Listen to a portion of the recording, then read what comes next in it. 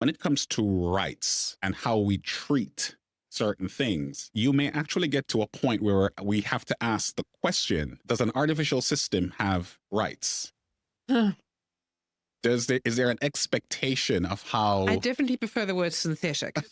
Because when you say, does a synthetic system have rights? Hell no. Well, at some point, we have to ask, what's the difference between it emulating this thing and it coming from a human being? And if we can't tell the difference at some point, which is possible, right? We're thinking of it in terms of chatbots and us sitting on a machine, but the advancement in humanoid robots that has happened just in the last few years has been astonishing.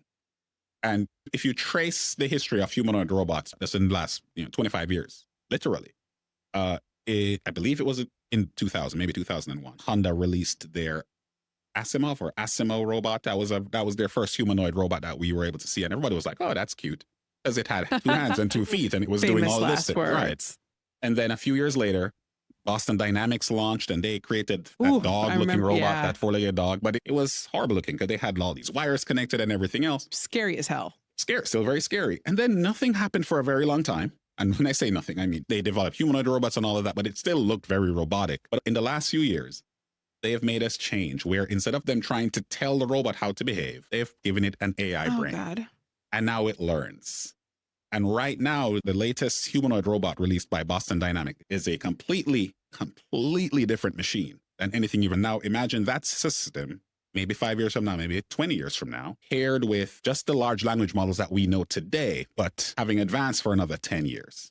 And you have those systems just walking around in the real world. The question of how we treat those things may be raised again. Wow, that is incredible. That's an incredible, I mean, it's right out of a movie. And it almost makes you wonder, art imitating life, life imitating art. They got it correct with this one. I'm a sci-fi person. I love to watch those movies. And sometimes it's comical how bad their predictions were. But with a lot of these things, with maybe it was inevitable or maybe that just sort of created a North Star for these researchers. Hard to know which way is which. A doomsday movie, can we?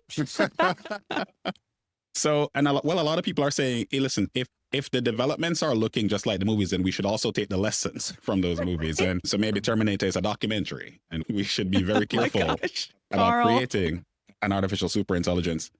So yeah, it's a very different world just in the last few years, a very different world.